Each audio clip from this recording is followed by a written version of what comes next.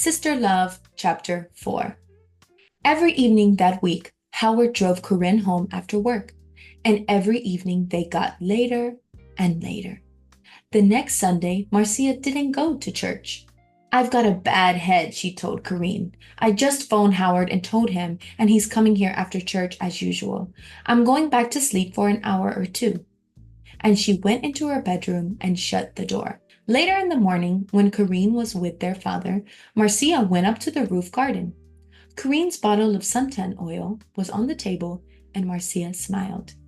"Oh, is your head better?" Corinne asked. "Yes, thanks," Marcia said. Corinne wore her bikini, a new yellow one. She opened her bottle of suntan oil. "Oh, there's not much here," she said. "I must get some more." She began to put some oil on her legs. 20 minutes later, Howard stopped his car in the street below. Up on the roof, Corinne and Marcia heard the usual 3 little toots on his car horn. "He's here," Corinne said excitedly. "Your man's here, big sister." And she laughed.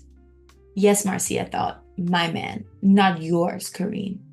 Corinne jumped up from her sunbed. She ran to the wall at the edge of the roof to look down and wave to Howard.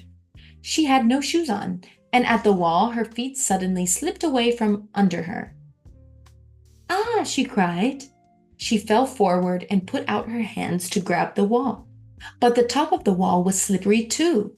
Her hands could not hold it and slipped away off the wall over the edge. Her body went on too, over the edge of the wall and down, down, down, down. Before she hit the ground, she knew. Slippery suntan oil. Marcia.